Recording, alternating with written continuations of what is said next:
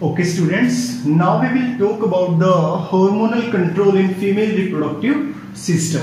तो जैसे फीमेल के अंदर एग प्रोडक्शन या प्यूबर्टी के टाइम जब सिग्नल्स मिलते हैं तो हाइपोथैलेमस एक्टिव हो जाता है। तो हाइपोथैलेमस जब एक्टिव हो जाता है तो वो अपने यहाँ से GnRH को रिलीज करता है। GnRH is gonadotropin releasing hormone, जो कि एंटीरियर लोब ऑफ पिट्यूटरी के ऊपर जाके एक्ट करता है। कहां पर एक्ट करेगा? Anterior lobe of pituitary. फिर इस GnRH के इन्फ्लुएंस की वजह से जो ये एंटीरियर लोब ऑफ पिट्यूटरी है वो दो हार्मोन्स रिलीज करेगा, FSH और LH। मिल्की का केस में जब हम हार्मोनल कंट्रोल को स्टडी कर रहे थे तो वहां पर भी हमने इस प्रोसेस को सेम ही स्टडी किया था। तो यहाँ पर दो हार्मोन्स रिलीज हो रहे हैं, एक FSH और दूसरा LH। FSH is the follicle stimulating hormone, जो कि फर्दर इस जर्मिनल एपिथेलियम के ऊपर जाके एक्ट करेगा और माइटोसिस के थ्रू इसमें ओगोनियम बनाएगा। फिर ओगोनियम से ये फर्दर डेवलप होगा। ठीक है, तो ये प्राइमरी oocyte बनेगा, प्राइमरी फोलिकल बनेगा, सेकेंडरी फोलिकल बनेगा, टर्सरी फोलिकल बनेगा। तो ये जो primary follicle, secondary follicle, tertiary follicles बनने का प्रोसेस है, जो कि ग्रोथ ऑफ फोलिकल्स है, उनको भी ये FSH ही स्टिमुलेट करता है। तो FSH के यहाँ पर दो फंक्शन हुए, एक तो जर्मिनल एपिथेलियम के ऊपर जाके एक्ट करके ये जो प्रोसेस है एग फॉर्मेशन को उसको इनिशिएट करना, और दूसरा जो ये फोलिकल्स का डेवलपमेंट हो रहा है उनको भी ये कंट्रोल करता है। इसके अलावा जो FSH है वो ग्राफियन फोलिकल्स के ऊपर जाके एक्ट करता है। ग्राफियन फोलिकल्स के ऊपर जाके एक्ट करेगा तो ग्राफियन फोलिकल्स की जो सेल्स है, कौन सी सेल्स थी? ग्रैनुलोसा सेल्स जो वहां पर बनी हुई थी वो एक्टिवेट हो जाएंगी। क्या हो जाएंगी? एक्टिवेट हो जाएंगी। तो एक्टिवेट होने के बाद ये ग्राफियन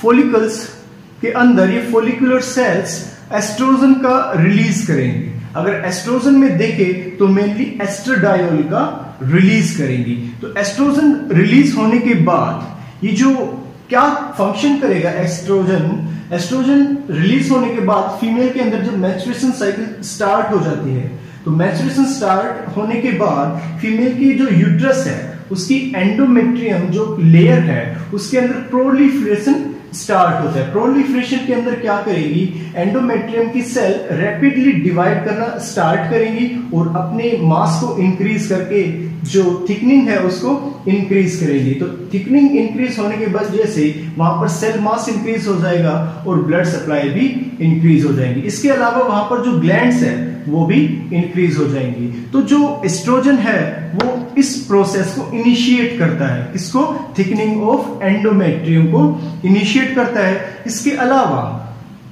जो एस्ट्रोजन है, जितना अमाउंट इसको रिक्वायर था उतना एस्ट्रोजन यहाँ पर रिलीज हो चुका है। इसके बाद क्या होगा कि ये इनहिबिटरी इफेक्ट देगा। हर हार्मोन जो है अपने एक प्रॉपर अमाउंट पे रिलीज होने के बाद एक इनहिबिटरी इफेक्ट देते हैं आगे की तरफ, ताकि जहां से ये रिलीज हो रही है, जहां से ये रिलीज हो रही है वहां से ये रिलीज होना बंद हो सके। तो इसको रिलीज कहां से हो रहा है? ये फोलिकुलर सेल से रिलीज हो रहा है, और फोलिकुलर सेल्स के पास सिग्नल कहां से आ रहे हैं? इस FSH हार्मोन से आ रहे हैं। तो जो ये एस्ट्रोजन यहाँ पर रिलीज हो रहा है एक सफिशिएंट अमाउंट में, ये रिलीज होने के बाद इनहिबिटरी इफेक्ट देगा, जिसकी वजह से जो FSH का सिक्रीशन है यहां से वो रिड्यूस हो जाएगा। क्या हो जाएगा? रिड्यूस हो जाएगा। तो जैसे ही FSH का रिलीज होना स्टार्ट होता है, FSH का जब रिलीज होना स्टार्ट होता है तो उसके साथ ही LH का भी रिलीज होना स्टार्ट हो जाता है। क्या होता है? जैसे ही FSH रिलीज होना स्टार्ट होता है वैसे ही LH भी रिलीज होना स्टार्ट हो जाता है। ओके, इसके बाद जो नेक्स्ट हार्मोन है वो कौन सा है? LH। LH is the luteinising hormone. Luteinising hormone क्या करेगा? इन ग्राफिन फोलिकल्स के ऊपर जाके एक्ट करेगा। जो ये LH है वो इन ग्राफिन फोलिकल्स के ऊपर जाके एक्ट करेगा। चूंकि हमें पता है पहले से ही ग्राफिन फोलिकल्स के अंदर सेकेंडरी oocyte प्रेजेंट होता है, और ये ग्राफिन फोलिकल्स उस सेकेंडरी oocyte को रिलीज करती है, और जो ये रिलीज करने की प्रोसेस है इसको बोलते हैं ओव्यूलेशन। तो फीमेल्स के अंदर जो ये ग्राफिन फॉलिकल से सेकेंडरी oocyte रिलीज करने का काम है, इसको कौन स्टिमुलेट करता है? LH। तो LH जाके इन ग्राफिन फॉलिकल्स के ऊपर जाके एक्ट करता है, फिर ग्राफिन फॉलिकल से ओव्यूलेशन होता है और ओवा रिलीज करता है। ये जो पॉइंट है ये बहुत ही ज्यादा इंपॉर्टेंट पॉइंट है कि LH जो है वो ओव्यूलेशन कॉज करता है। ये बहुत ही ज्यादा इंपॉर्टेंट पॉइंट है, तो इसको याद रखना कि ओव्यूलेशन कौन कॉज करेगा? LH हार्मोन जो है ओव्यूलेशन को कॉज करेगा। इसके अलावा LH इन कॉर्पस ल्यूटियम के ऊपर जाके एक्ट करेगा और इन कॉर्पस ल्यूटियम को भी ये स्टिमुलेट करके कॉर्पस ल्यूटियम को स्टिमुलेट करेगा, जिसकी वजह से कॉर्पस ल्यूटियम है वो प्रोजेस्टेरोन का सिक्रीशन देंगे। किसका सिक्रीशन देंगे? प्रोजेस्टेरोन का सिक्रीशन देंगे। तो प्रोजेस्टेरोन का फंक्शन क्या है? प्रोजेस्टेरोन जो यहाँ पर एंडोमेट्रियम की थिकनिंग इनिशिएट हुई थी, उस थिकनिंग को ये मेंटेन करेगा। क्या करेगा? एंडोमेट्रियम की थिकनिंग को ये मेंटेन करेगा। इसके अलावा ये भी इनहिबिटरी इफेक्ट देगा, ये भी इनहिबिटरी इफेक्ट देगा, चूंकि इसकी भी एक लिमिटेड अमाउंट ही रिक्वायर्ड होती है। तो इसकी प्रॉपर अमाउंट रिलीज होने के बाद ये खुद भी एक इनहिबिटरी इफेक्ट देगा, जिसकी वजह से ये GnRH रिलीज होना बंद हो जाएंगे। तो ये इस हाइपोथैलेमस के ऊपर जाके एक्ट करेगा। इसके अलावा ये एंटीरियर लोब ऑफ पिट्यूटरी के ऊपर भी जाके एक्ट करेगा और इन दोनों ग्लैंड्स को ये इनहिबिटरी इफेक्ट देगा, इनहिबिटरी सिग्नल देगा, जिसकी वजह से जो ये हाइपोथैलेमस है वो GnRH रिलीज करना बंद कर देगा। और GnRH जैसे ही रिलीज होना बंद हुआ तो एंटीरियर लोब ऑफ पिट्यूटरी से जो ये गोनाडोट्रोपिन्स है LH और FSH, ये दोनों भी रिलीज होना बंद हो जाएंगे। तो इस तरीके से प्रोजेस्टेरोन जो है इनहिबिटरी इफेक्ट देके इन हार्मोन्स के रिलीज को सप्रेस करते हैं।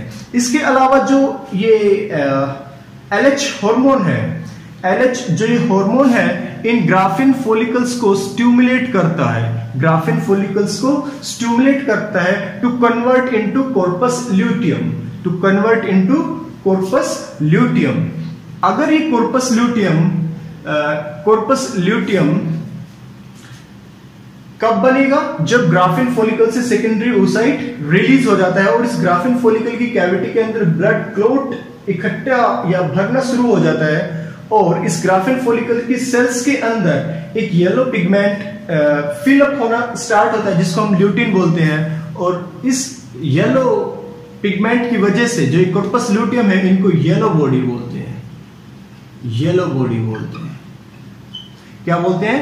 येलो बॉडी बोलते हैं। फिर जो ये कॉर्पस ल्यूटियम बना है, कॉर्पस ल्यूटियम बना है, इन केस जो ये ओवा यहां पर रिलीज हुआ है ओव्यूलेशन में, सेकेंडरी oocyte रिलीज होता है। याद रखना, जो सेकेंडरी oocyte रिलीज हुआ है, अगर वो स्पर्म के साथ फ्यूज ना करे, फर्टिलाइजेशन ना हो, तो इस LH हार्मोन की वजह से ही, अगर सेकेंडरी oocyte स्पर्म के साथ फ्यूजन ना करे, फर्टिलाइजेशन ना हो, तो इस LH हार्मोन के इन्फ्लुएंस की वजह से ही ये कॉर्पस ल्यूटियम कॉर्पस एल्बिकन्स में कन्वर्ट हो जाती है। किसमें कन्वर्ट हो जाती है? कॉर्पस एल्बिकन्स के अंदर कन्वर्ट हो जाती है। कॉर्पस एल्बिकन्स को क्या बोलते हैं हम? White body. क्या बोलते हैं? White body. क्लियर? नाउ अब ये व्हाइट बॉडी बन गई, इसके बाद का जो प्रोसेस होगा वो फर्दर इधर से रिपीट होगा। क्लियर? फिर से फीमेल्स के अंदर मेंस्ट्रुएशन साइकिल स्टार्ट होगी और यहां पर जो कॉर्पस एल्बिकन बना है, अगर ओवा फर्टिलाइज नहीं हुआ, जाइगोट का फॉर्मेशन नहीं हुआ, तो ये कॉर्पस एल्बिकन्स में ये कॉर्पस ल्यूटियम डीजनरेट हो जाएगी और ये फाइनली कॉर्पस एल्बिकन्स एंडोमेट्रियम की ब्रेकिंग के साथ साथ बॉडी से बाहर रिलीज हो जाएंगी। मतलब जो मेंस्ट्रुएशनल फ्लो है उसमें ये बॉडी से बाहर रिलीज हो जाएंगी। तो फीमेल के अंदर इस तरीके से जो डिफरेंट हार्मोन्स है वो बनते हैं और वो डिफरेंट पार्ट्स को कंट्रोल करते हैं। Okay, thank you.